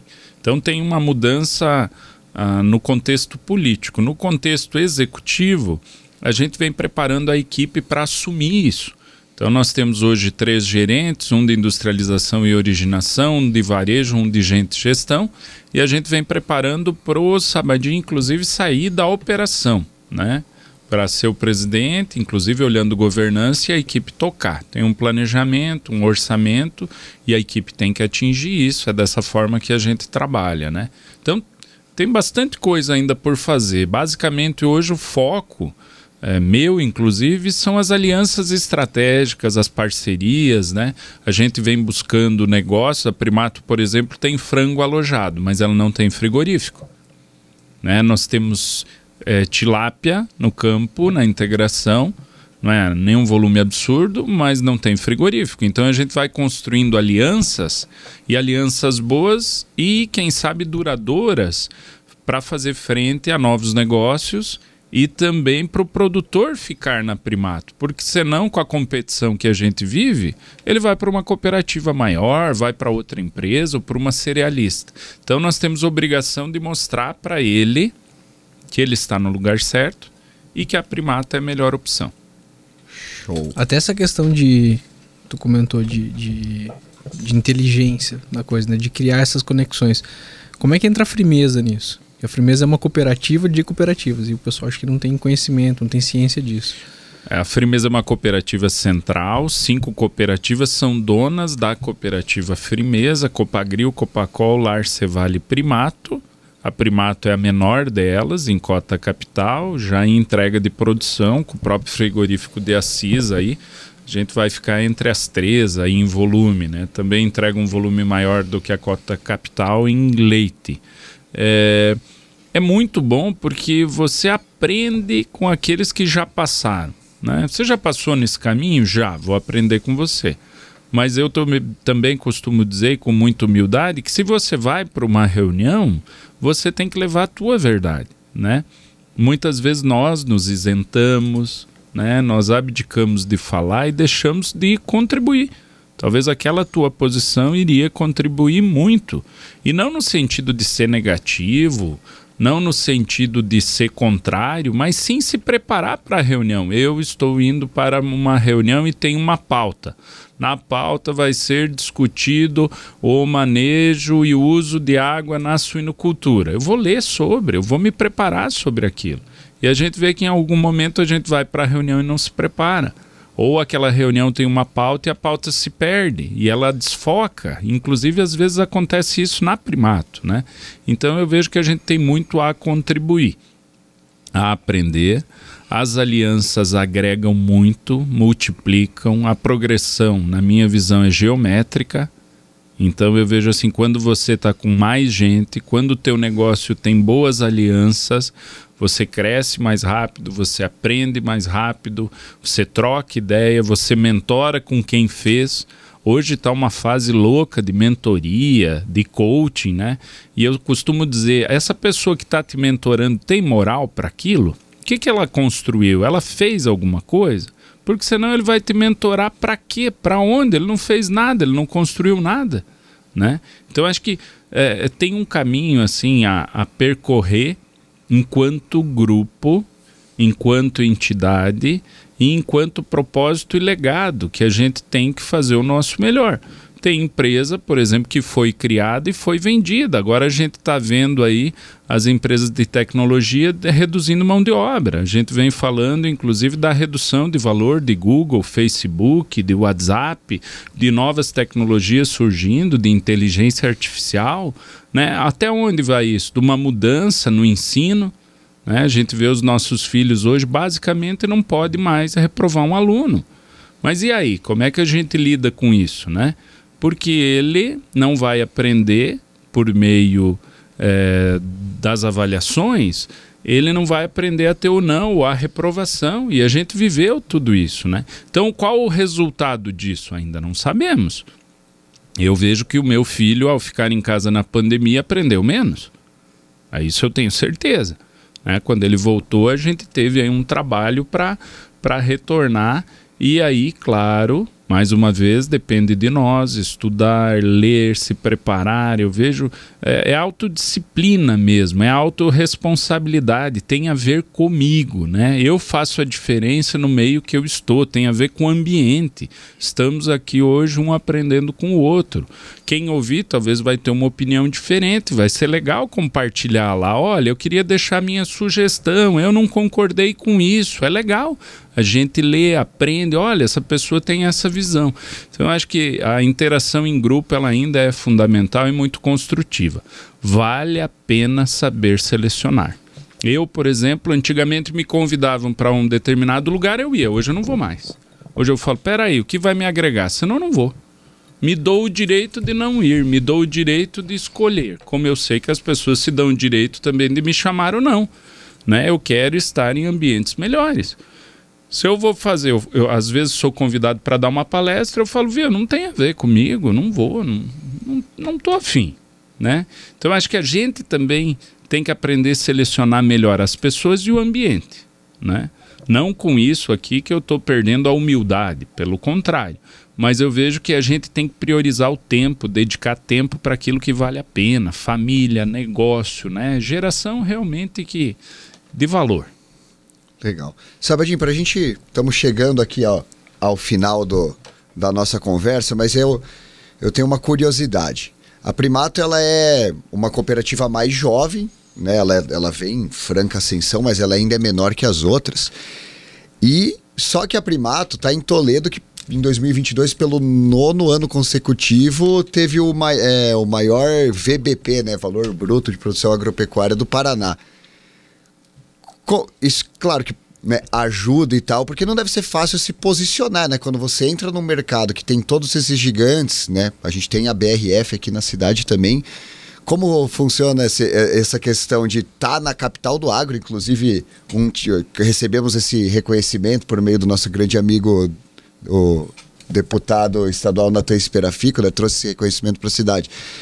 A gente está aqui, é um pouco menor, mas a gente está no onde a onça bebe água aqui. Como que funciona essa situação?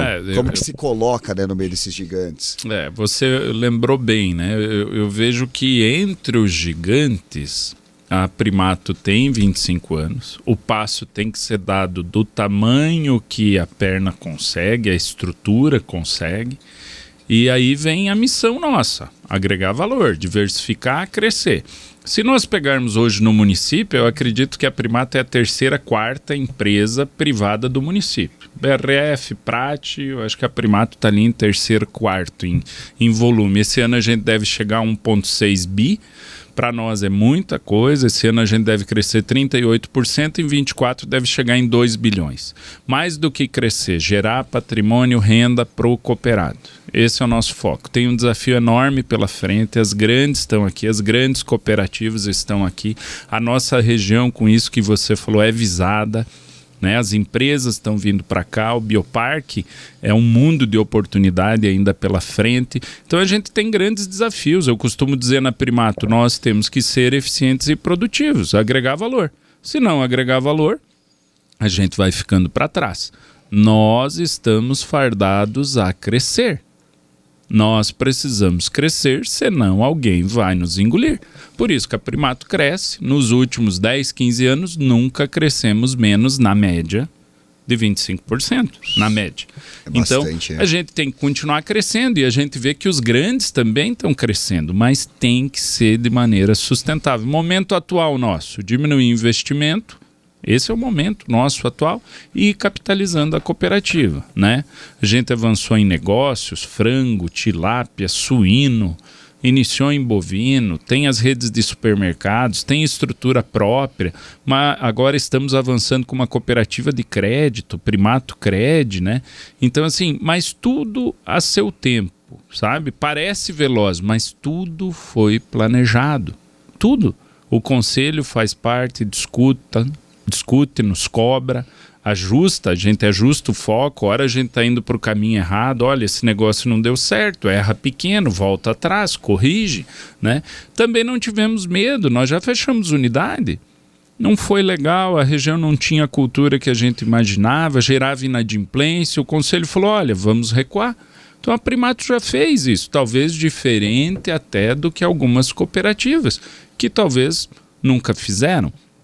Difícil hoje, porque a maioria, inclusive das cooperativas, às vezes fecharam uma indústria, uma fábrica, né, uma unidade, mas esse é o caminho da Primato. A gente vem agregando valor e trabalho ao produtor, em meio às grandes, sim, aqui na região nossa, agora uma recente incorporação, né, de uma cooperativa, em Toledo, inclusive, nos amedronta, inclusive. Sabadinho, dá frio na barriga? Dá. Você vai dormir tranquilo? Não, não vou. Não vou, é real, porque você disputa mercado, mas a disputa de mercado e a competitividade faz você gerar inovação, né? A inovação só existe onde tem competitividade, né? Aí melhora processo, serviço, entrega, logística, é para isso que a gente está aqui, né? E a gente vê os grandes indo embora. Grandes foram embora. Às vezes não tem a ver com tamanho, tem a ver com estruturas inflexíveis, estruturas que não têm pessoas motivadas e engajadas, né? Inclusive produtores que não se veem mais naquela aquela instituição não espelha mais esse produtor e aí ele resolveu sair, né? Então eu acho que é por aí. A Primato vem crescendo com base nessa sustentação de pessoas e de valores. Né? A gente muitas vezes não segue um cara por competência, a gente segue por valores. Ah, ele é honesto, é ético, tem credibilidade, né? Ele coopera, ele ajuda a sociedade, né? É por aí que a gente segue. É difícil a gente falar, eu sigo essa empresa, eu sigo a maçãzinha, mas quais pessoas você segue? Você segue alguém, você viu, alguém eu estou seguindo. A gente viu muitas vezes e leu sobre Steve Jobs. Ah, ele era a melhor pessoa? Talvez não, mas algumas pessoas o seguiam porque ele era inovador, ele era intransigente e algumas pessoas se viam nessa marca e aí elas seguiam, né? E o produto, inclusive, que ele trouxe, né? Nos revelava inovação, mexia com a nossa rotina, com o dia a dia, e assim a gente faz com vários instrumentos e produtos, né? Primato hoje, cada produtor, ou a maioria deles, que mexe com matriz suína, por exemplo, tem um ultrassom. Eu sou da época que a gente tinha um Uno com um tanque de nitrogênio de sêmen que ia inseminar, fazer inseminação. Hoje o produtor faz. Eu sou da época que a gente ia mochar vaca.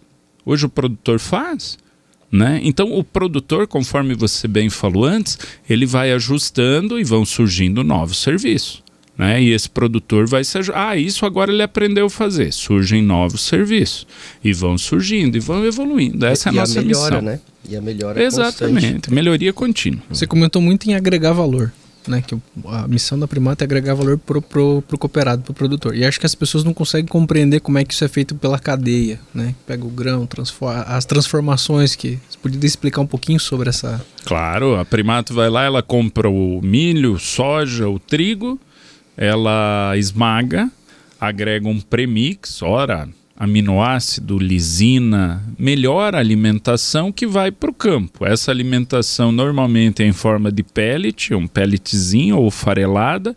Quando é pellet, a gente acredita que o animal desperdiça menos. Aí esse animal come, seja ele uma vaca, um frango, o próprio frango formato ou peixe, ora é extrusado também.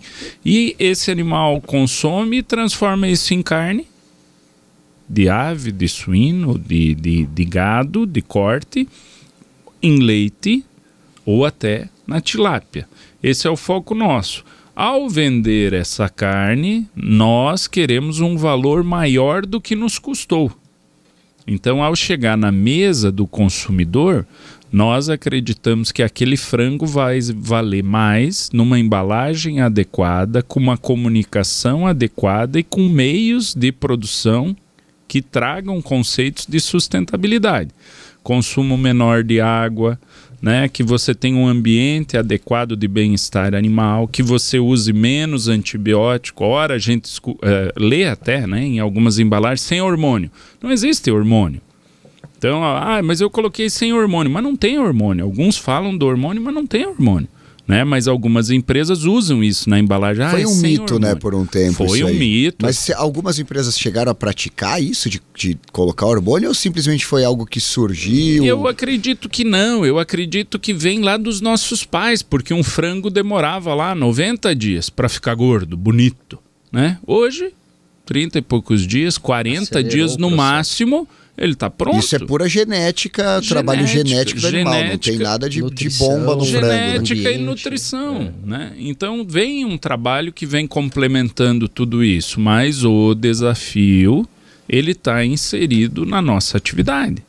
Faz parte do jogo. O questionamento vem, nossa, como estão conseguindo terminar um suíno tão rápido, né? Nós estivemos há um tempo atrás em Nashville com a AgroSéries. A AgroSéries prevê que o suíno do futuro ele vai pesar, exemplo, 300 quilos. Hoje um suíno pesa 130 quilos. Né? Então, mas por quê? Porque ele vai melhorar geneticamente, vai se alimentar de maneira mais adequada e vai viver num ambiente melhor. Que tem a ver um pouco, não distancia de nós, o humano, né? A gente vem vivendo mais. Claro que vai ter alguns contextos aí de saúde, mas no geral a idade média avançou. O consumo nosso de carne, né? Se a gente pegar, claro, tem a ver com custo, com preço, mas a gente vai ajustando a nossa matriz nutricional. Ora eu vou comer mais carne suína, frango, ora eu opto pela alimentação ligada a vegetais, ora eu vou para carne de gado, ora eu vou para tilápia, faz parte da opção. O que é mais saudável ou não? O tempo vai dizendo, e é impressionante porque a própria pesquisa ela muda. Ela muda, o frango faz mal. O frango não faz mal. Agora a gente vê pessoas de academia comendo uma dúzia de ovo, né? Saindo da carne de frango. Mas tem o outro que ele prefere o peito de frango, a coxa. É a opção. E aí a gente vai ajustando a nossa nutrição animal. Por que não... Na verdade, assim, né? Existem raças de porco, por que não se trabalha... Suíno, desculpa, né? Muita gente se ofende. Por que não se trabalha raças de suíno, como no bovino tem o Red Angus, o Angus, o Nelore? Suíno tem. Mas eu digo na venda, assim, eu já ouvi falar do porco moura. Foi a única coisa que eu ouvi falar. Tem o porco moura, tem o duroc, por exemplo, na primato duroc, ele vem com mais marmoreio. Daqui uns dias vai ter primato, já inseminamos duroc nas fêmeas, é um porco mais rústico, né? E aí vai ser vendida a picanha de duroc. Sim, assim, vamos trabalhar a marca para o pessoal começar a diferenciar, apreciar os sabores diferentes. Isso eu sempre eu vejo uma oportunidade de... é um gap de mercado, né? É o mesmo caso do Chester, é um frango. Só que é um frango ajustado, tem mais peito, né? Muito mais peito. Então eu ajusto. O peru, eu sou da época que a gente comia peru. Hoje você vê o Chester, a ave natalina, né? É um ajuste na genética para produzir mais peito de frango, né? Sabadinho, mas modificaram geneticamente. Pode ser o caso. Mas é o caso também de nós. Você pega uma família pai e mãe pequena e o filho é alto. O que houve? Mas e o avô? Não, o avô era alto. Ué, mas e o olho verde? O pai e a mãe é castanho. Não, mas a avó tinha olho verde. A bisavó tinha. Ih, começa a ficar perigosa essa conversa. Mas se você olhar a estrutura genealógica, você vai ver que você vai conseguindo resultados diferentes. E aí hoje se fala de sexagem, de um monte de coisa. A linha animal é a mesma coisa. E não é necessariamente o cara no laboratório inventando um ser novo. É uma cruza de um com o outro e vai se chegando numa genética, né? Ontem nós estivemos na unidade da Grosseries, que vai ser inaugurada em Paranavaí. De cada matriz, uma matriz tem de média 2,5 parto ano de cada matriz, e uma matriz produz de média 16, 17 leitões. Uma matriz produz um macho. Então, 2,5 vezes 17 sai um macho bom. O macho que é utilizado para inseminação. Um macho. Então vocês imaginem o melhoramento genético. Sabadinho e o restante é engordado e vai para o frigorífico, né? As leitoas, mesma coisa. Você tem uma leitoa quantidade de teto, né? Você tem uma leitoa qual o score corporal. Você tem uma leitoa que você faz uma análise do sangue dela para ver se ela está apta a ser vendida como uma multiplicadora. Ela é uma matriz que ela vai multiplicar genética, né? Então é um processo de seleção natural, como nós nascemos. Houve um processo de seleção, houve uma discórdia lá embaixo que aconteceu ali, o mais fortinho se rebelou e conseguiu. E está tudo bem. Mas alguém vai resolver discutir isso também. E está tudo bem. Não tem problema. Mas é assim que a gente vê a nossa vida no dia a dia, né? A gente falava antes das cooperativas, das maiores, das menores, das empresas maiores, menores, e esse fluxo é constante, né? A gente tem que saber tocar tudo isso e faz parte da nossa evolução. E a gente vê essa questão do valor, voltando um pouco, né? Que cada etapa dessa dela acaba gerando uma certa lucratividade para a cooperativa que fica para os cooperados, né? E como é que fica o senso de pertencimento? Porque a gente vê muita gente que faz parte da cooperativa entregando uma área e não consumindo da outra. Sim. Né? Você acha que uma falta de entender o benefício que a cooperativa traz socialmente? Eu acredito que tem a ver com os valores da pessoa. Eu não consigo ser honesto, pensar em honestidade se eu compro fora da minha empresa. É assim que eu, Sabadinho, penso. Sabadinho, mas você já chegou lá no estágio de presidente. Sim, mas eu pensava assim quando eu comecei, né? Eu já cheguei na minha casa, minha esposa tinha salgadinho, eu falei para ela, de onde veio o salgadinho? Ela falou, peguei em tal lugar. Eu falei, olha, então tem que ver de onde vai vir a renda agora, né? Porque você pegou o salgadinho em tal lugar, não veio da cooperativa, é da cooperativa que vem o pagamento de leitão. Então a gente fala muito na Primato de reciprocidade, né? Alimentar o mundo saudável, a Primato usa esse propósito. Alimentar o mundo não é só com alimento, é com boas atitudes, né? É com boa energia, é com bons relacionamentos, não querendo dizer que o Sabadinho é perfeito. Eu sou imperfeito, sou um ser humano, né? Mas eu vejo assim, quando eu tomo ciência e não evoluo, aí tá tudo errado. Eu tomo ciência que eu faço parte de um ecossistema, de um ambiente que vem melhorando a cidade, né? Cara, eu vou comprar num mercado que é da cooperativa, que distribui renda aos seus cooperados, 9.500 mais 1.200 colaboradores, ou eu compro no mercado numa rede de fora, Sabadinho, mas eu não estou nem aí. É exatamente por isso que a gente está no estágio que está. Porque você, ao não estar nem aí, prejudica o ecossistema que está dentro da nossa cidade. Onde você mesmo mora. Claro, né? Eu sou sócio do Cicobi, da Sicredi.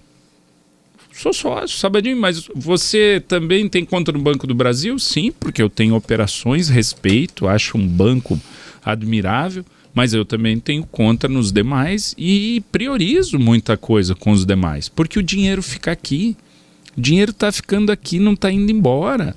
Né? Então nós temos que pensar nisso. A gente vê o primeiro mundo, a Europa, Estados Unidos, muitos países cresceram e evoluíram porque as comunidades, inclusive do interior, se uniram, desenvolveram produtos, né? Patentearam esses produtos, nominaram esses produtos, criaram denominação de origem desses produtos. Aí agrega valor. Só agrega valor se alguém compra. Você antes falou, não adianta Primato produzir frango.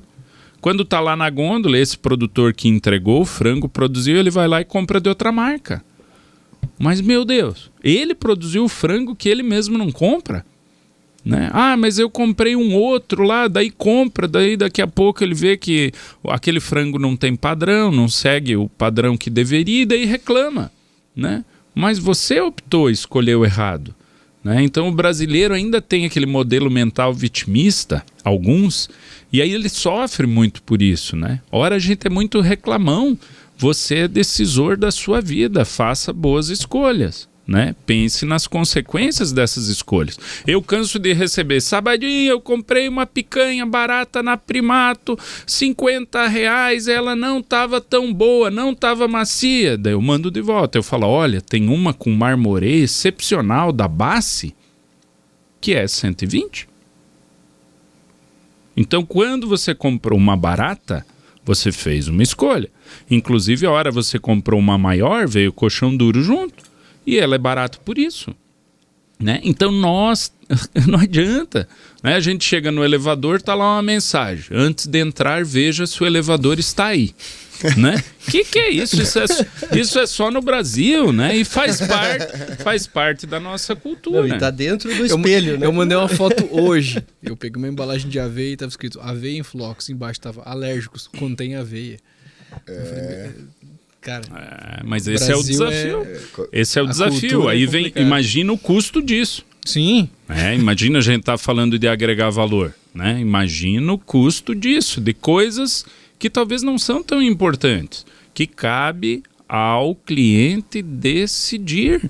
Ele tem que decidir. Nós ainda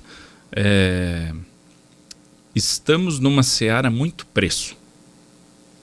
Tem um porquê disso, e a obrigação nossa enquanto empresário, ela tem que ser trabalhada para agregar valor e renda ao consumidor.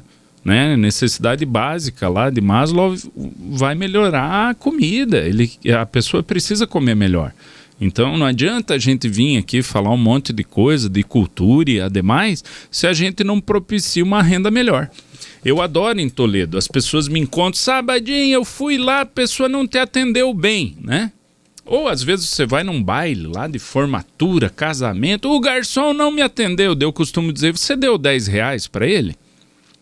Não. E 20? E 30? Porque você muda a postura do garçom. Né? A gente vai viajar lá fora, muitas vezes em outro país, a pessoa te atende muito bem.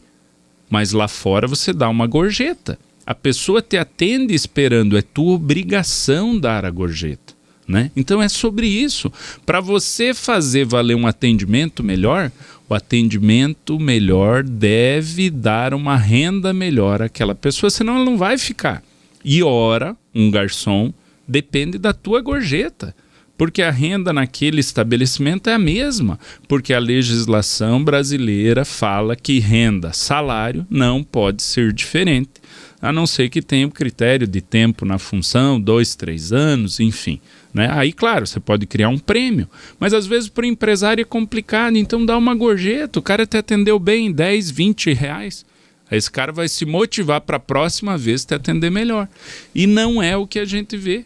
Muitas vezes a gente vê o cliente reclamando, ele tem razão, mas se ele não começar a elogiar quem fez bem feito, essa pessoa ela fala, não adianta, não tem estímulo, ela não é meritocracia, ela não evolui, né?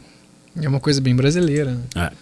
Eu acredito que muita parte dessa burocracia extra que vem quando você fala, né, contém aveia, né?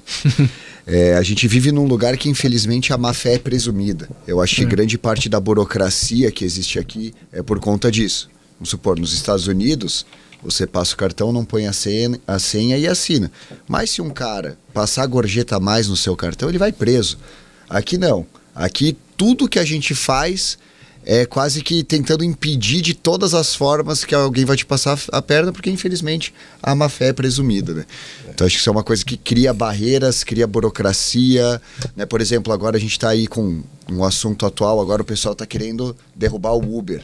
Quer que o Uber dê 13º, nananana. Pô, o negócio funciona no mundo inteiro.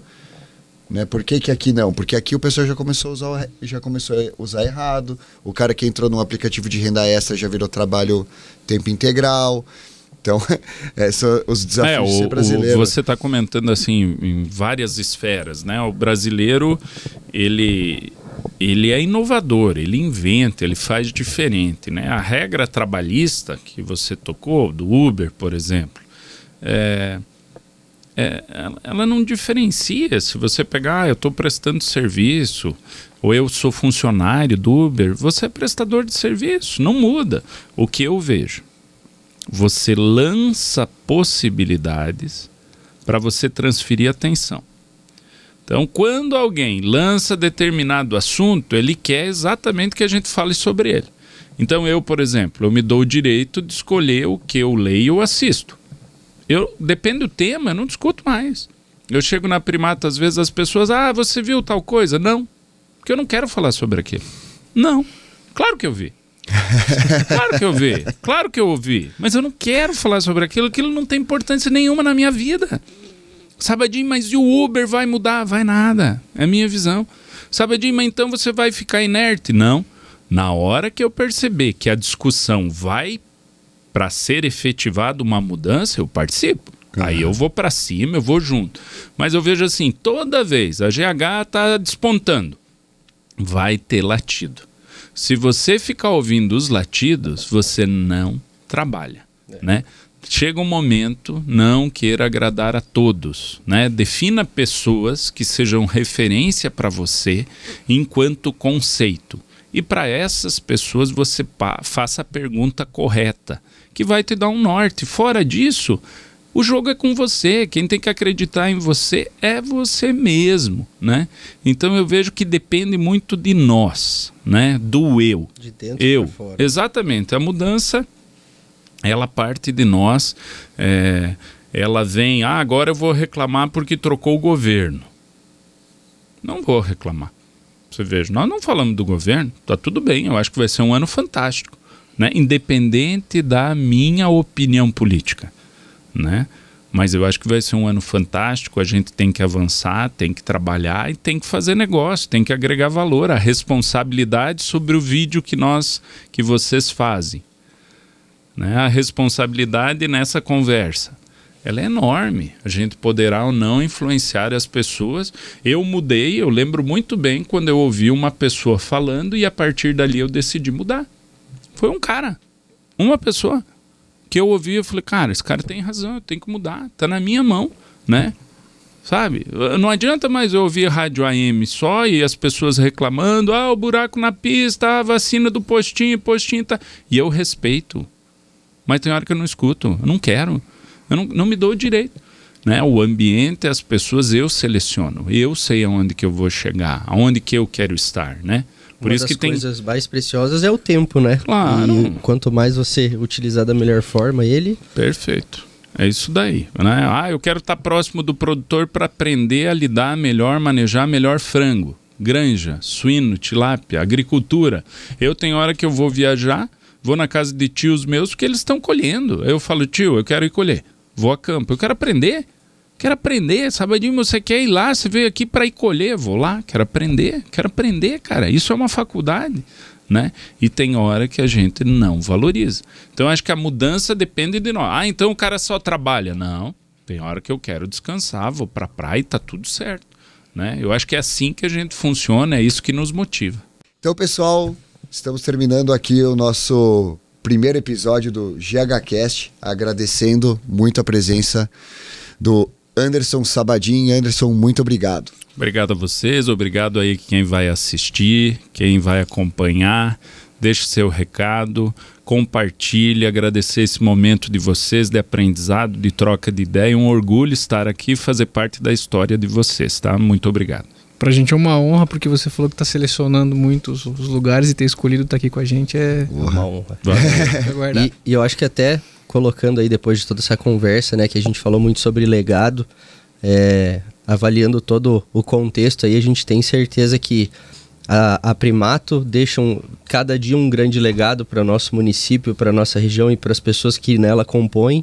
O Sabadin hoje coloca, né, um pouco da sua história e deixa esse legado da possibilidade de você pagar o preço e começar lá de baixo e atingir um ponto máximo de uma cooperativa através do seu esforço. Então a gente também fica muito grato de começar esse primeiro episódio com você, Sabadin. Muito obrigado. Muito obrigado. Honrado aí, uma alegria, tá? E a inspiração vem, a gente sempre fala disso, vem do campo, vem de vocês, vem de quem faz, né? Seja você também alguém que faz a diferença.